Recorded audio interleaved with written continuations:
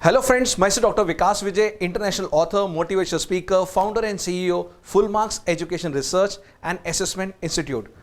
आप सभी का स्वागत है हमारे चैनल अकाउंट्स गुरु पे, the most authentic channel for CBSE related news and commerce subjects के लिए। तो मेरे प्यारे बच्चों, टीचर्स, कुलीग्स, इस समय हम सभी सीबीएसई एक बहुत बड़ी प्रॉब्लम से गुजर रहे हैं और वो है क्लास 12 का सीबीएसई का रिजल्ट प्रोवाइड करना बच्चों को जल्द से जल्द।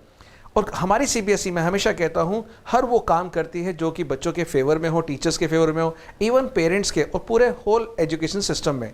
इसी कड़ी में कल यानी 2 जुलाई को एक बहुत ही बढ़िया वेबिनार रखा गया जिसमें आपके सारे एफएक्यूज और सारे स्टेप्स, ड्यूटीज़, रोल्स बहुत ही बेहतरीन तरीके से समझाए गए सीबीएसई द्वारा, जिसमें कि हमारे कंट्रोलर ऑफ एग्जामिनेशन मिस्टर संयम भारद्वाज जी और डॉक्टर जोहरी भी थे जिन्होंने ये सब कुछ एक्सप्लेन किया। तो वो जो एक वेबिनार लगभग 1.5 घंटे का चला, मैं चाहूँगा कि उसके जो की पॉइंट्स हैं आपके साथ शेयर करूँ। सबसे पहले बताना चाहूँगा वहाँ पर जो वेबिनार में डिस्कस किया गया वो थे टोटल 18 रोल्स, रिस्पॉन्सिबिलिटीज़ या टाइमलाइंस जो आप सभी को, हम सभी को फॉलो करनी है। इनमें से अगर देखेंगे तो जो यहाँ फर्स्ट स्लाइड पे देख रहे हैं 9 ड्यूटीज़ हैं, 9 रोल हैं, 9 टाइमलाइंस हैं। इसमें से जो ब्लू बॉक्स है वो सीबीएसई की ड्यूटीज़ हैं, रोल्स हैं, और जो आप रेड में देख रहे हैं वो स्कूल के रोल्स हैं या रिस्पॉन्सिबिलिटीज़ है।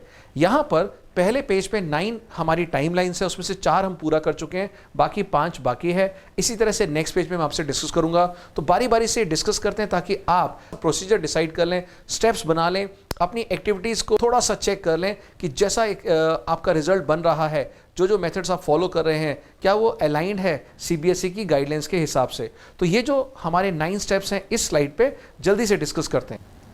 अगर मैं बात करूं स्टेप 1 की, तो यहाँ पर सबसे पहले 18 जून को जो एक पॉलिसी दी गई थी क्या कि यहाँ पे आपको डिक्लेरेशन पॉलिसी बताई गई कैसे कैसे आपको रिजल्ट प्रिपेयर करना है। 18 जून को ये स्टेप हो चुका है। 21 जून को हमने लॉन्च किया कॉम्प्रिहेंसिव रिजल्ट टैबुलेशन पोर्टल, वो सीबीएसई ने लॉन्च कर दिया था। उसके बाद 21 June onwards reading, understanding and policy document, वो था स्कूल के ऊपर रिस्पॉन्सिबिलिटी कि आप इन डॉक्यूमेंट्स को अच्छे से समझ लें। देन 21 जून से लेकर 28 June verification for class 10 roll number, board और ईयर ऑफ पासिंग जो था पासिंग, वो सीबीएसई को प्रोवाइड करना था डेटा। और अब जो ये है इंपॉर्टेंट, वो है हमारा लास्ट डेट जो 5 जुलाई है प्रैक्टिकल प्रोजेक्ट्स के मार्क्स को अपलोड करने की, जो रह गए थे कई स्कूलों के, वो भी आप एग्जामिनेशन आपने ऑनलाइन ले लिया, उसको अपलोड करना है। ये है आपकी 5 जुलाई। और जो ये बात आज की डेट पे देखें तो जो हिस्टोरिकल डेटा है वो भी अपलोड हो चुका है, जो चाह रहे थे, स्कूल मांग रहे थे, वो भी सीबीएसई ने अपलोड कर दिया है। देन लास्ट डेट है 30 जून, वो जो थी इंटरनल ग्रेड्स अपलोड करने की। एंड देन 1 से 5 जुलाई है क्लास 10 का data collection from the other boards pertaining to students of CBSE class 12 pass 10 from other board. जो बाहर के बच्चे थे जो सीबीएसई से पास आउट नहीं थे, उसके लिए स्कूल्स को कहा गया था कि आप डेटा अरेंज कीजिए। वैसे ये डेटा भी सीबीएसई आपको प्रोवाइड करा रही है। देन लास्ट डेट है आपकी 2 जुलाई। स्कूल्स के ऊपर रिस्पॉन्सिबिलिटी है कि जो क्लास 11 के थ्योरी मार्क्स थे वो आप डेटा एंट्री करके 2 जुलाई तक कर दीजिए। एंड 5 जुलाई लास्ट डेट है क्लास 12 थ्योरी के मार्क्स के डेटा एंट्री अपलोड करने के लिए। तो ये डेट बहुत इंपॉर्टेंट है, 5 जुलाई के 12 के मार्क्स भी आपको अपलोड करने हैं। तो यहाँ पे देख रहे हैं आपके 9 स्टेप्स थे, 1 2 3। ये जो स्टेप्स हैं ये सीबीएसई ने करने हैं और बाकी के जो 6 हैं वो स्कूल ने करने हैं। नेक्स्ट स्लाइड में देखेंगे, यहाँ पर 1 जुलाई ऑनवर्ड्स कहा गया है कि आपको हिस्टोरिकल डेटा जो है परफॉर्मेंस प्रोवाइड कर दिया जाएगा, और ये सीबीएसई ने प्रोवाइड कर दिया है आपके लिए। फाइन। देन 8 जुलाई को जो भी है क्लास 10 का result data upload by schools along with supporting documents है, ये सीबीएसई ने कहा है ये भी आपको प्रोवाइड कर दिया जाएगा जो भी अदर बोर्ड्स के बच्चे हैं आपके पास।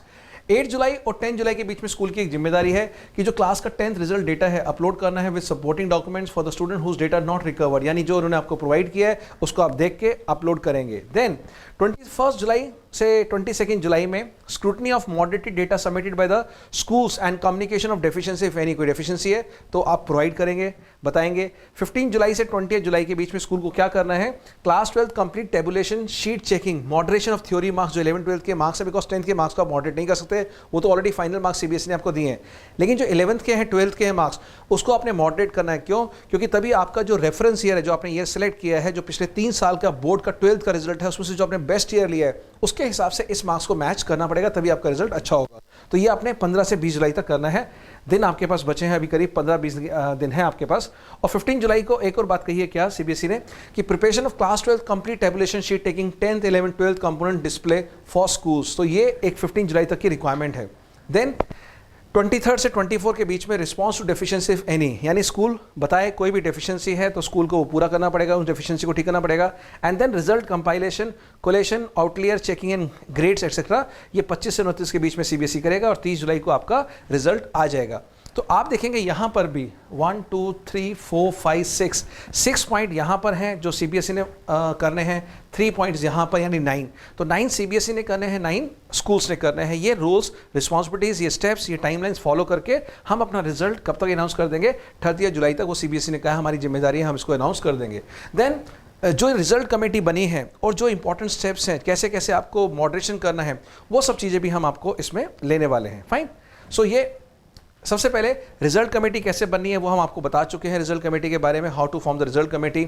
और मॉडरेशन पॉलिसी बहुत इंपॉर्टेंट है। मॉडरेशन क्यों करने की जरूरत पड़ेगी? बिकॉज 10th के मार्क्स तो आपके पास हैं, but 11th 12th internal schools के एग्जाम्स होते हैं, हर स्कूल में अलग अलग लेवल के पेपर बनते हैं। और मैंने देखा है कई बार 11th 12th के पेपर बहुत टफ बनते हैं, स्कूल्स के अंदर चेकिंग बहुत टाइट होती है और मार्क्स अच्छे नहीं आते। उन सभी बच्चों को डर लग रहा है कि क्या हमारा रिजल्ट अच्छा आएगा या नहीं आएगा। बट मैं आपको बता दूं, मॉडरेशन पॉलिसी के बाद आप सभी का रिजल्ट इतना बढ़िया आएगा जितना आपने सोचा भी नहीं था। तो आप रिलैक्स हो जाइए। और सबसे बड़ी की पॉइंट क्या है, जो क्लास 12th के मार्क्स हैं वो आपके यूनिट टेस्ट, मिड टर्म और जितने भी आपके प्री बोर्ड हैं उसके बेस पे लगने हैं। स्कूल कई लोग डिसाइड कर रहे हैं कि हम यूनिट 1 यूनिट 2 को लेकर कर लें, क्योंकि सीबीएसई ने आपको ओपन छोड़ रखा है। जो 40% मार्क 12th के लगने हैं वो बहुत क्रूशियल है। बहुत समझदारी के साथ आपने पिक करना है, या तो प्री बोर्ड या यूनिट टेस्ट 1 या मिड टर्म, तो वो पिक करिए। और सीबीएसई ने कहा कि उसके पीछे क्या रीजन था वो भी आप बता दीजिए कि ये रीजन है कि ये एग्जाम बहुत ही अच्छे ढंग से कंडीसिव एनवायरनमेंट में लिए गए थे। तो करिए वो जो आपको सूट करता है, बिकॉज वो आपके हाथ में है। 10th का रिजल्ट आपके हाथ में नहीं है, 11th 12th आपके हाथ में, लेकिन subject to the reference year, वो सारे रेफरेंस ईयर के हिसाब से आपने करने हैं। तो ये सारी बातें हमने आपको बताई है। बैकग्राउंड ऑफ मॉडरेशन, क्यों मॉडरेशन की जरूरत है, सब चीज़ें, और मॉडरेशन पॉलिसी क्यों बनाई जाती है, ताकि सबका रिजल्ट एक जैसा आए, फेयर रहे और कोई भी बच्चा ये ना फील करे कि यस मेरी परफॉर्मेंस 10th में इतनी अच्छी नहीं थी, 11th में मैंने सीरियसली एग्जाम नहीं दिए, इसकी वजह से मेरी परफॉर्मेंस कम हो गई है। तो ये सब चीज़ इसमें लिखी गई है। अब 3 सालों का अगर आपको रिजल्ट दिया गया है सीबीएसई ने क्लास 12th का, तो उसमें से आप वो बेस्ट लेंगे जिसका एवरेज बहुत अच्छा था, और जो सब्जेक्ट वाइज है उसमें आप +5 कर लेंगे। ये मैं आपको टेबल में दिखाऊंगा किस तरह से +5 आपको करना है, keeping in mind the average of that particular subject in the reference year. Then किसी स्कूल के पास अगर 3 साल का डेटा नहीं है, सिर्फ 2 साल का है, तो उनमें से जो बेस्ट है वो ले लीजिएगा। किसी के पास सिर्फ 1 ही साल का है तो उसको रेफरेंस मान लेंगे। यहाँ पर सारी बातें जो हैं वो सीबीएसई पहले बता चुका है। नाउ कुछ ऐसे क्वेश्चन थे जो जहाँ आप जानना चाहते थे कि मान लीजिए किसी के पास मोर देन 5 सब्जेक्ट्स हैं, तो वो 6 सब्जेक्ट में मार्क्स कैसे लगेंगे, बेस्ट ऑफ 3 सब्जेक्ट्स के। दूसरा, कोई नया सब्जेक्ट अगर आपने ऐसा लिया है जो पहले नहीं था, अगेन वहाँ पर भी एवरेज ऑफ बेस्ट 3 सब्जेक्ट लिया जाएगा। कोई अगर आपने 11 से 12 में सब्जेक्ट चेंज कर लिए, कोई स्ट्रीम चेंज कर ली सीबीएसई की परमिशन से, उसकी भी मैं टेबल आपको दिखाऊंगा किस तरह से करना है, कि जो भी आपने क्लास 12 के अंदर मार्क्स लिए हैं बेस्ट 3 सब्जेक्ट्स में, जो क्लास 11th में बेस्ट 3 सब्जेक्ट्स के, उस क्लास 11th के बेस्ट 3 के एवरेज को लेके वो आप 12th में मार्क्स लगा देंगे। और 11th के अंदर भी सब्जेक्ट का नाम चेंज कर देंगे जो 12th का है। फॉर एग्जांपल 11th में आपके पास पीसीएम था, बट अब ह्यूमैनिटीज़ आपने ले लिया और वहाँ पे आपके पास हो लाइक पोल साइंस, सोशोलॉजी या फिर इकोनॉमिक्स, तो वही 3 सब्जेक्ट के नाम चेंज हो जाएंगे 11th की मार्कशीट में भी। यानी अब 11th में पीसीएम हट जाएगा, उसके बदले ये ह्यूमैनिटीज़ के 3 सब्जेक्ट के नाम आ जाएंगे, वो भी मैं भी आपको टेबल में दिखाऊंगा। तो यहाँ कहा गया कि अगर 11th से 12th में आपने चेंज किया है तो 11th के जो टॉप 3 सब्जेक्ट थे उसका एवरेज ले लीजिए और वो एवरेज मार्क्स 12th के न्यू सब्जेक्ट्स के आगे लिख दीजिए। इसमें भी बेनिफिट स्टूडेंट का ही होगा। Then students who pass 10th from any other board, उसके मार्क्स वहीं से आपको प्रोवाइड किए कर दिए जाएंगे, वही आपको उसको लगाने पड़ेंगे। फाइन। अब है आपकी मैंडेटरी कंप्लायंसेस। क्या क्या मैंडेटरी कंप्लायंस है? आपको सेफ्टी के साथ रिकॉर्ड रखने हैं, वेरिफिकेशन है, सीबीएसई कहीं भी आपको मांग सकती है, और अगर आपने कोई भी ऐसी चीज़ गलत है जो नहीं कंप्लायंस फॉलो किया तो आपको पता है कि क्या सीबीएसई एक्शन ले सकता है। फाइन। देन डेटा जो एक बार अपलोड हो गया वो फाइनल होगा, और कैंडिडेट जो अभी तक कोई असेसमेंट में नहीं आया है, मान लीजिए कोई किसी बच्चे ने कोई इंटरनल नहीं दिया था, दोबारा मत लीजिए, उसी के बेस पे जो ऑलरेडी दे चुका है एग्जामिनेशन उसके बेस पे आप मार्क्स लगा दीजिए। बट कोई बच्चा अगर पूरे साल अवेलेबल ही नहीं है, ना वो आपसे टच में है, तो उसमें एब्सेंट मार्क कर दीजिए। ये मिस्टर सीएम भारद्वाज ने बोला है, उसमें सीबीएसई देख लेगा कैसे उसको रिजल्ट हमें देना है। फाइन। सो सपोर्ट, क्या क्या सपोर्ट प्रोवाइड किया जाएगा सीबीएसई के द्वारा? सीबीएसई ने सबसे पहले आपको ये ईमेल आईडी है result@cbsesiksha.in, स्कूल इसी में ही क्वेरी भेज सकता है अपने सिटी कोऑर्डिनेटर को, और ये सारी वेबसाइट है, हेल्प डेस्क अवेलेबल है कि आप उस पर हेल्प ले सकते हैं एनी टाइम। पोस्ट एग्जाम, अगर कोई एग्जाम में बच्चा खुश नहीं होता, मान लीजिए खुश नहीं है, तो वो आगे जब भी एग्जाम होगा वो एग्जाम वो उसको दे सकता है। फोटोकॉपी नहीं मिलेगी जो पहले हुआ करता था, और कोई भी कंपार्टमेंट एग्जाम की भी जो डेट होगी वो आपको प्रोवाइड कर दी जाएगी। अगर एक बार आप सेटिस्फाई नहीं हैं तो जो आप दोबारा एग्जाम देंगे, और वो भी सिर्फ मेन सब्जेक्ट के एग्जाम लिए जाएंगे, सारे सब्जेक्ट्स के नहीं, वो मार्क्स फाइनल माने जाएंगे। कोई भी पत्राचार का स्टूडेंट है या प्राइवेट कैंडिडेट, उसके लिए अभी रूल्स पॉलिसीज आने वाली है। नो मेरिट लिस्ट, इस बार कोई मेरिट लिस्ट नहीं बनने वाली। जो जूरी 0.1% जो सीबीएसई सर्टिफिकेट देता था आपको, वो सर्टिफिकेट इशू नहीं होगा। कोई भी डिस्प्यूट होगा वो कमेटी सीबीएसई बनाएगी, उसके हिसाब से आप कर सकते हैं। तो ये जो टेबल है इसमें समझाया गया कैसे कैसे आपको मार्क्स देने हैं बच्चों को। एग्जाम्पल, मान लीजिए क्लास 10th में एक बच्चा है और उसके पास ये 5 सब्जेक्ट हैं, 5 में से ये 3 बेस्ट हैं, 3, ये 3 आपने लिए, टोटल कर लिया, उसका डिवाइड किया बाई 3, एवरेज आ गया 71.66।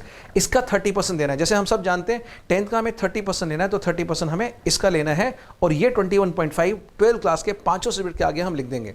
देन अगर आपने क्लास 11 का रिजल्ट लिया है और ये है 11 के 5 सब्जेक्ट, इन सभी का 30%, इंडिविजुअल सब्जेक्ट का 30% लेना है, और ये मान के चल रहे हैं कि यही सारे सब्जेक्ट आपके 12th में कंटिन्यू हो रहे हैं। फाइन।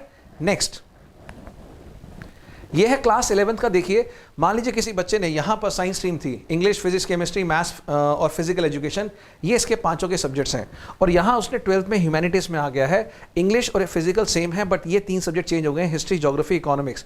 तो यहाँ पर जो बेस्ट 3 सब्जेक्ट्स हैं आपके 75, 75 और 65, इन तीनों को एवरेज ले लिया, डिवाइड बाय 3 कर लिया, 71.7। वो 71.7 तीनों नए सब्जेक्ट्स के आगे हमने लगा दिया। यानी अगर कोई भी 12th में सब्जेक्ट चेंज हुआ है तो वो 11th के बेस्ट 3 का एवरेज यहाँ लग जाएगा। नेक्स्ट बात है क्लास 12th की, और यहाँ पे 40% लेना है। ये आपके हैं जो मार्क्स जो स्कूल ने लिए हैं, चाहे वो यूनिट टेस्ट के हैं, चाहे वो मिड टर्म के हैं, चाहे वो आपके प्री बोर्ड के हैं, ये आपके फाइनल मार्क्स हैं 80 में से। इन सब का 40% निकाल के ये आ गया। तो अब आप 10th का रिजल्ट सीबीएसई ऑलरेडी प्रीफिल दे चुकी है, 11th का आपने ऑलरेडी 30% कर लिया, और 12th का 40%। इन सबको करके जो बिल्कुल कॉम्प्रिहेंसिव टेबल बना जाएगा, 10th के मार्क्स, 11th के मार्क्स, 12th के मार्क्स, और टोटल ये आ गए। इसको आप राउंड ऑफ कर लेंगे 0.5 या 0.5 से ऊपर, नेक्स्ट हो जाएगा। ये आप सभी बचपन से करते आए हैं। इसके बाद आपके इंटरनल असेसमेंट, जो मान लीजिए मैं बात करूं अगर कॉमर्स स्ट्रीम की, कि अकाउंटेंसी में 20 है, बीएस में 20 है, तो वो 20 के मार्क्स, इंटरनल मार्क्स यहाँ लग गए, और आपका टोटल रिजल्ट आ गया 439। बहुत सुंदर रिजल्ट बन चुका है आपका। फाइन।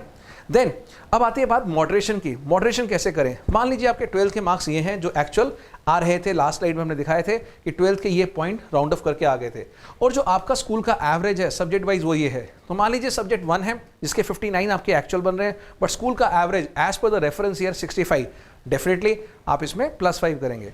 दूसरा देखने हैं 70 है और एक्चुअल आपका 75 आ रहा है, आपको उसको नीचे लाना पड़ेगा -5 करके रिस्पेक्टिवली। अगर ये 60 है, 63 आपको नीचे लाना पड़ेगा, 65, 73 आपको प्लस करना पड़ेगा। यानी इस एवरेज के हिसाब से आपको उसको मेंटेन करना पड़ेगा। और एवरेज में भी ये कहा गया है कि आप +2 कर सकते हैं एवरेज में, ओवरऑल एवरेज में। यानी अब आपके हाथ खुले हैं, आप बच्चों को नंबर दे सकते हैं अच्छे, रेफरेंस ईयर के हिसाब से भी अच्छा रिजल्ट आ सकता है आपका। फाइन। देन कोई भी क्वेरी आपकी है तो आप यहाँ पे भेज सकते हैं query.compt2020@cbcशिक्षा.in। ये एनेक्चर है जहाँ पे 4 एनेक्चर थे, चारों में आपको बताया गया था यहाँ रूल्स जो कैसे कमेटी बनेगी, आरडी कैसे बनेगा आपका, इंटरनल मॉडरेशन कैसे होगी, और कैसे कैसे टाइमलाइन फॉलो करना है। यहाँ पे सारे रूल्स रेगुलेशन आप इसका स्क्रीनशॉट ले सकते हैं, और इसको मैं डिस्क्रिप्शन बॉक्स में भी आपको दे दूंगा ताकि आप इसको स्टडी कर सकते हैं डिटेल के अंदर। यहाँ पर है रूल्स 1, रूल्स एंड रिस्पॉन्सिबिलिटी। जो रिजल्ट कमेटी है उनकी क्या क्या रूल्स हैं, और जो क्लास 10th का मेरा वीडियो देख चुके हैं वो इसको देखने के बाद समझ जाएंगे। सेम ऑलमोस्ट रूल हैं। 2 जो हमारे जो मेंबर्स है 5, उसमें से 2 हमारे इंटरनल रहेंगे, 2 एक्सटर्नल और 1 प्रिंसिपल रहेगा। एक आईटी का जो टीम मेंबर है वो अभी आपको एक्स्ट्रा दिया गया है। एक्सटर्नल एग्जामिनर का रेमुनरेशन 2500 और इंटरनल का 1500 रुपये, और वो भी ऑनलाइन आपके अकाउंट में प्रोवाइड कर दिया जाएगा।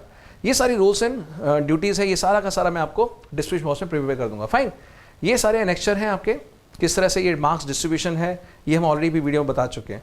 सो ये सब डिस्कस हुआ अभी तक इस 2 जुलाई के वेबिनार में। आगे भी अगर कुछ लेटेस्ट अपडेट्स आते हैं तो मैं आपको बताता रहूँगा। तब तक के लिए आप टच में रहिए और सब्सक्राइब कीजिए, लाइक कीजिए चैनल हमारा अकाउंट्स गुरु, ताकि कोई भी इंपॉर्टेंट न्यूज़ ये आपको मिस ना हो। और कॉमर्स रिलेटेड वीडियोज़ के लिए आप देखते रहिए हमारा channel accounts Guru. Thank you, bye bye, take care, God bless you all.